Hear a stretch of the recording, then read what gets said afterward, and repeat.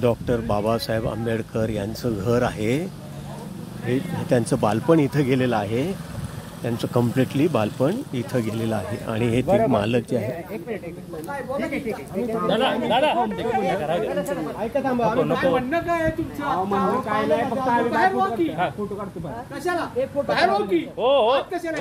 एवढं दादा चिडून काय उपयोग आहे का?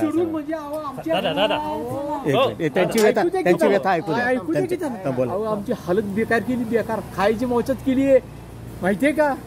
कशामुळे? आमची जागा असून आम्हाला हाकलत्यात बाहेर एवढे एवढे पैसे देऊन. हा, बाबासाहेबांनी हे सांगितलं का आम्ही त्यांची जागा सांभाळली म्हणून की आम्हाला बेकार करायचं? नाही नाही, हे चुकीचं आहे. हा, तुमची जागा आहे, तुमच्या जागेला किंमत तुम्हाला देतात, काडीमोल किंमत, आणि बाहेर हाकलत्यात. हा, हे चालेल का तुम्हाला? का बाबासाहेबांनी हे लिहून ठेवले की मी जिथं राहिलोय तिथं माझी जागा घेऊन त्यांना बेकार करा? असं काय नाही. मग असंच सांगितलंय. असं काय नाही. अरे आम्हाला हाकलत होते, हाकलून देत होते. खोटं सांगतोय का? जे हाकलून देत असेल ते बाबासाहेबांचे अनुयायी नसतील नाही का? हो, सरकारच आहे. सरकारनेच आम्हाला हाकललंय. अच्छा, सरकारच हाकलत होतं. खोटं वाटत असेल विचारा, कुणालाही विचारा. आपण आता ह्या जागेचे मालक आहात का? हो. अच्छा, मालक आपलं नाव काय? उदय आमने. उदय आमने. आणि कोणी नाही, तुम्ही फक्त आज आलाय. हो हो, की परत कधी आयुष्यात दिसणार नाही.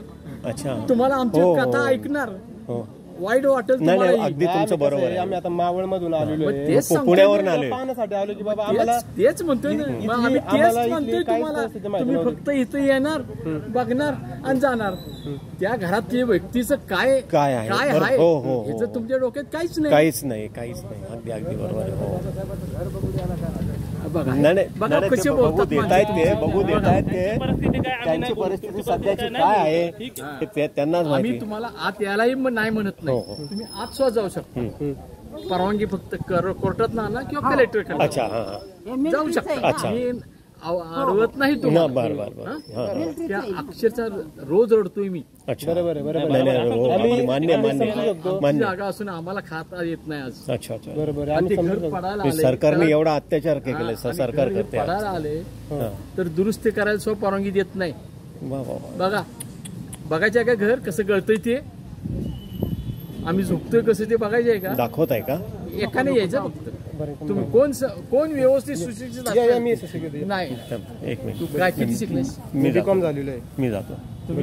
चल, माझं शिक्षण खूपच XYZ आहे. म्हणजे चला चल. एक मिनिट. असं नाही बोलत.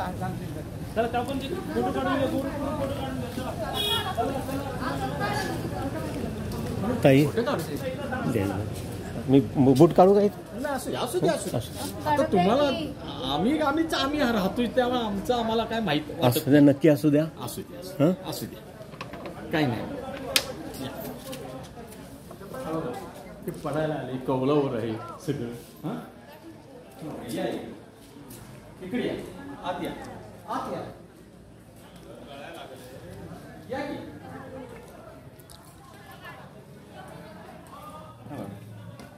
अरे खूप विचित्र अवस्था झालेली.